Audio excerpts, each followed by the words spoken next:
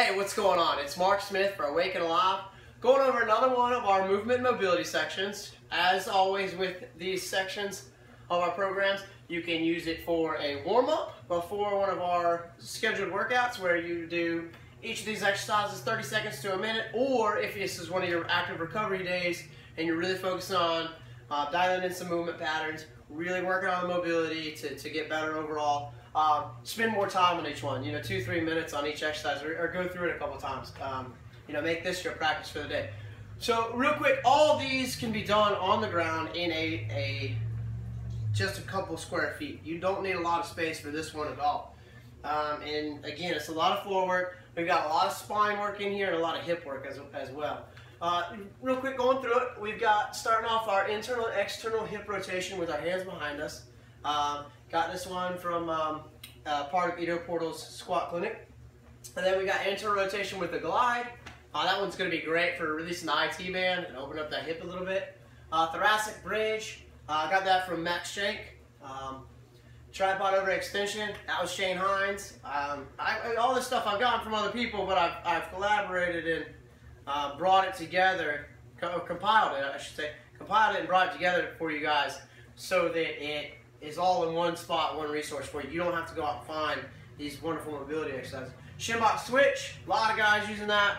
I originally saw it from John Wolf, especially with the extension. Spider ripple, that one looks kind of funky. You do travel a little bit with that one, but again, great way to feed the spine and learn to segment each vertebrae. Spinal rocks, good neurological stimulation for the spinal cord itself. Cat-cow, that's familiar if you've done any yoga. And then half kneeling, pick the berries. I'll leave that one. I'll show you what that one looks like when we get there. I like the name because it does give you a really good image of what we're trying to accomplish there. And that's a very good full body opening for everything. So let's get started. I'll come to a little space on the floor. You guys follow along at home. I start, I'm going to bridge my hips off the ground a little bit. And here's my internal rotation there. Go as far as you are comfortable. This might be as far as you can go. That's fine if you got a little pain in the knee. Don't push it. If you're comfortable, then we go all the way down. And then when I come up, I'm going to hook my toes and send that heel towards the sky, externally rotating the hip. So internal, external, internal, external. We'll do a few on the other side. Internal, external, opening the hip up. All right, the next one is our internal rotation with the glide. I really like this movement. Don't jump too far into it, kind of feel it out the first couple of times. It can be kind of intense. Again, same position. I'm going to do the internal drop first, and then I'm going to glide forward, okay, as far as I'm comfortable. All right, one more time. The other leg, over, back, down, and glide. And what I'm doing with this glide is that IT band that goes down from the iliac crest to the tibialis, IT band, iliac, tibialis, goes down the outside leg over the top of the knee, on the outside part there. A lot of people have knee issues. It's really an IT band issue. So I like using this one to help address any IT band issues. It's also really great for getting some action into the knee. Then we're going to go to our thoracic bridge.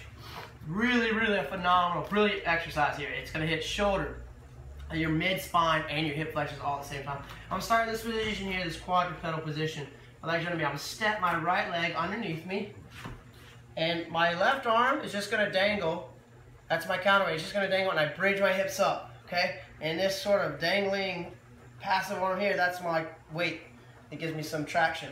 And I come back through, up on this side, looking for a good twist in the upper spine. We'll do a few more here. Once you sort of hit the move, get into the pattern, just hold it for a fraction of a second, then go back out. Next, we've got our tripod overhead extension. And I'm getting this tall seated position here. All right, I'm going to take my right hand for the video and place it squarely behind me, sort of opening up my arm this way. I'll take my left hand, my elbow, put it right above my belly button. I'm going to bridge up. Then once I get here and I'm comfortable, I got space here, and I come back, space. I reach over, opening up the rib cage and all that. and then come back down. Do one more on this side, and I'll do 2 for you on the other side. Up, reach. Okay, when you get past the point of breaking it into 2 separate movements, you can make it 1 move as you progress, but start with it doing the up, then reach. And here it would be all together.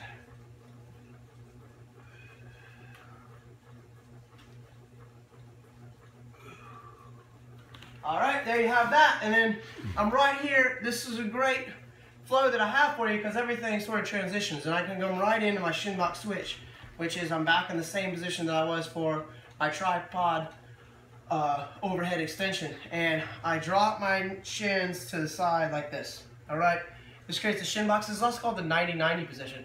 To do the switch, I just bring it across, okay? And I would try to posture up, sit down into my hips, stay nice and tall. I can keep my arms in, or if you need help, you can use your arms to pull you across there. All right, and then from here, I go to number 6, the shin box switch with extension. So same thing, but now as I come here, I'm going to then roll up, extend, squeeze the glute, okay? When I find this glute, this hip flexor gets a good stretch on it, okay? Take a breath, come down, rotate across, up and squeeze.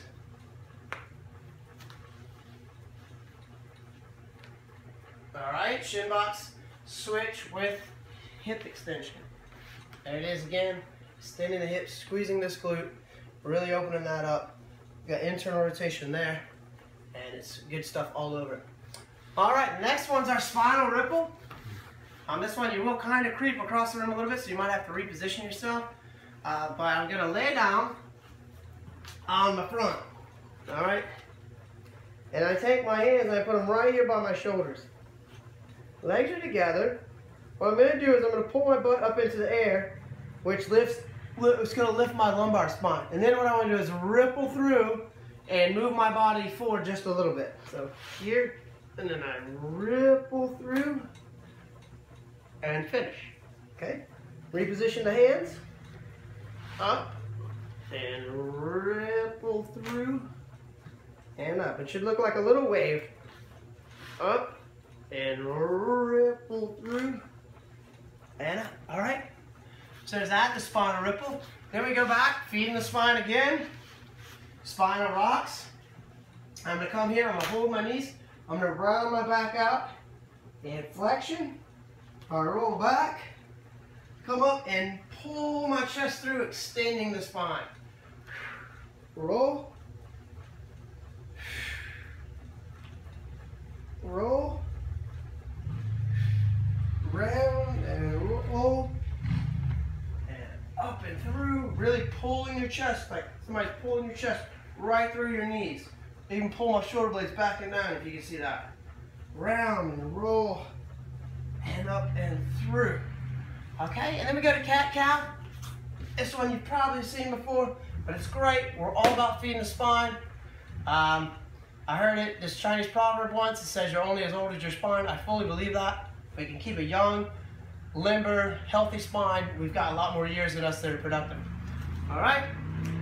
So cat-cow, we go here. Cow. Big exhale to the cat. The cat that's scared, it arches his back. I guess it'd be like moo. I guess that's why it's called a cow. Most of the time I see cows are eating, but this one's looking up. And up. And down. And there it is. And then our final one is our half kneeling pick the berries. I'm gonna do this at a quarter angle so you can kind of see every direction I'm going. I'll do each direction with all the my hand, and then I'll switch sides. So I'm gonna come here and I'm gonna get in a tall half kneeling position. I step this foot out just a little bit past my hip, just a little bit past the knee. And then from here, what I want to do is I'm gonna pretend I'm picking berries, and I'm gonna start reaching all these different directions as far as I can. So I reach out and I'm grabbing something here. And I reach out to the side over this way, very far as I can without falling over, reaching. Same here. And it doesn't have to be, you know, like a cardinal compass. It doesn't have to be north-south. east-west, you can hit other directions as well. And then just same with, you know, maybe come here, or I can come off to the side, or change my level. Play around with this one a little bit. I'll do the other side for you so you can see what's going on. But man, this is just wonderful. My hips are kind of stretched already in this position, and I start to bend through them, and my trunk has to rotate, and there's a little instability. This is a really easy move to do, but very productive. So reach and grab, pick those berries, and come out and reach as far as you can this way. Right. Really opening up those trunk muscles, all that connective gunk. You can do this way, also do this way. All right, so there you have it. That is another one of our mobility and movement based days. This stuff is important, very, very important. Equally as important, if not more important than your regular program. You learn to move better, you will feel better. Thanks for watching. Enjoy, guys, and stay tuned for more. Thanks.